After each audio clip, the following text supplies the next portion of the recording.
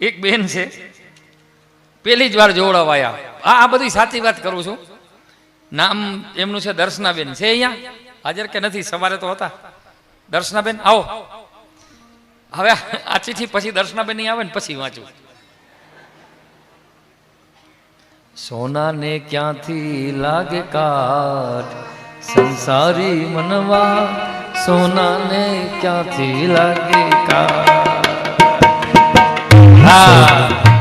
સોનાને ક્યાંથી લાગે કાટ સંસારી મનવા, સોનાને ક્યાંથી લાગે કાટ.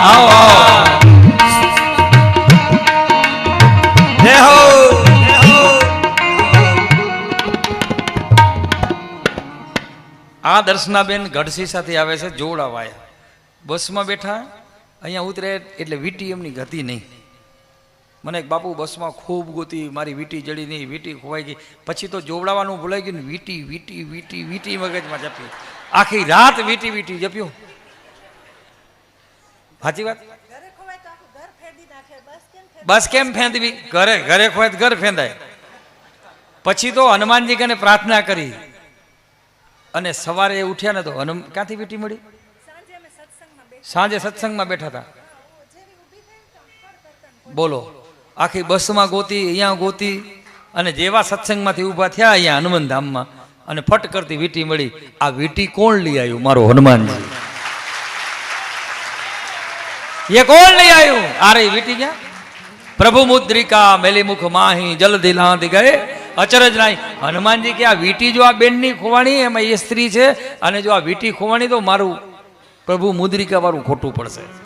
નકા ખોઈતી બસમાં મળી હનુમાન ધામમાં, પાછી ખોરામાં પડી.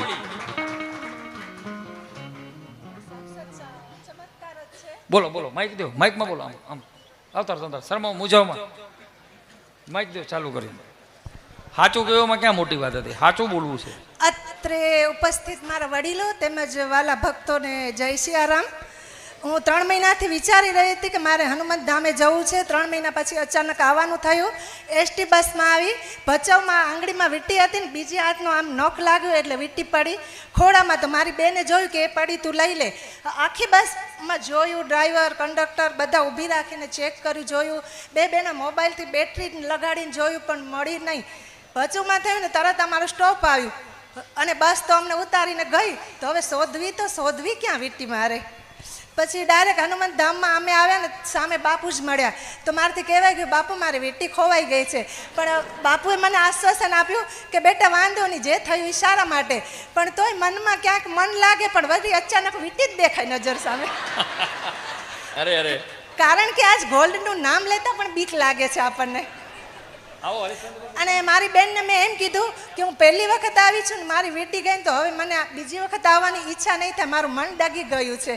હવે હું બીજી વખત અહીંયા કોઈ કહેશે તો હું આવીશ નહીં, મને એવું લાગે છે મનથી.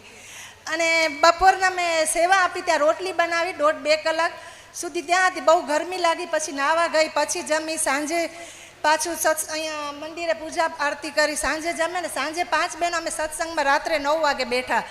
તો સત્સંગ પૂરું થવાની જેવી આમ થઈ તો બાને ખુરશી આપો, વીંટી ખડખડ કરતા ને પડી. એટલે હું તો સ્તબ્ધ થઈ ગઈ કે આ શું, વીંટી ક્યાંથી આવી? અને હનુમાન દાદા બજરંગબલીના હું દર્શન કરવા ગઈ ને, મેં દાદા મારી વીંટી ખોવાઈ ગઈ છે. મારા આંખમાંથી 2 આંસુ આવી ગયા અને દાદાનો સામે નજર મિલાવી તો મને એમ થયું કે આમ જમ્પ મારીને ડાયરેક્ટ આવે જ છે, બહાર નીકળે છે એવું લાગ્યું. બાપુના આશીર્વાદ અને હનુમાન દાદા ના સાક્ષાત એના પરચા ચમત્કાર છે અને છે જ. અસ્તુ. વાહ. કળિયુગમાં અહીં કને હનુમાનજી હાજરા હાજર છે, એની સ્વયં સત સાબિતી છે કે જો એક બેનની વીંટી ખોવાઈ ગયો, એના ચરણમાં જઈ અને 2 આહુડા આવે અને એ બેન સેવા કરતા હતા તો હનુમાનજીને એટલી દયા આવે કે આની વીંટી કદાચ બસમાં પડી ગયો ને તો વાયુ વેગી લેવીને એના ખોરામાં નાખી દે. અને આ એક જુઓ તમે પણ, ક્યાં ખોઈ ને ક્યાં મળી. મારો હીરો ખોવાનો કચરામાં, 5-25 ના ઝઘડામાં મારો હીરો ખોવાનો કચરામાં. પછી ક્યાં ગોત્યો એને? ગંગામાં ગોત્યો એને, જમુનામાં ગોત્યો, પછી ગાવત્યો એને પાણી પથ્થરમાં મારો હીરો ખોવાણો. એમ બેને આખી બસ ફંફોરી નાખી, ડ્રાઈવર ને કંડક્ટર અને મળી ગઈ. જો એની ભાવના કેવી. મારી પાસે એને મેં કીધું સારું વેણી તો સારું થયું. મને કાં હોનું મેં કીધું છે ખોવાય નહીં સારું, જડી સારું નહીં હોનું. તો પાછા સવારમાં મને બાપુ હોનું જડી ગયું. મેં કીધું તમારું ને તમારું હતું એટલે વાંધો નહીં. વાહ. એટલે આ જગતની અંદર તમારે જ્યાં ત્યાં ક્યાંય ભાટકવાની, અવળાહવડા દોડવાની જરૂર નથી. જ્યાં ત્યાં ક્યાંય જોવડાવવાની જરૂર નથી, કુંડળી બતાવવાની જરૂર નથી. હા, તમને એવું લાગે કે અહીંયા બરોબર છે, હું તમે કુંડળી બતાવો. આ તો જ્યાં જો અમારા ગામના એક નામ ન લેવા, જ્યાં જો હાથ બતાવે, જુઓ તો મારો હાથ, જુઓ તો મારો હાથ. પણ કેટલી જગ્યાએ હાથ બતાવે કાંઈ નથી થવાનું. હાથેથી કાંઈક કરશો તો બેડો પાર થશે. હા, માથેથી કાંઈક કરો, બાકી આમ કાંઈ કરવું નથી. રૂગા હાથ બતાવાશે એમ ભાગ્યની રેખા નહીં બદલાય. ભાગ્યની રેખા બદલાવી તો હાથેથી કાંઈક કરવું છે. અને હાથે સાથે કંઈક કરો, કંઈક પામી જાઓ. આવું પવિત્ર માનસ હનુમાન ધામ. હજારો લોકો દુનિયાના છેડામાંથી આવે છે અને લોકોના કામ થાય છે. બસ મને મળવાની જરૂર નથી અને હું બધાને મળીએ શકવાનું નથી.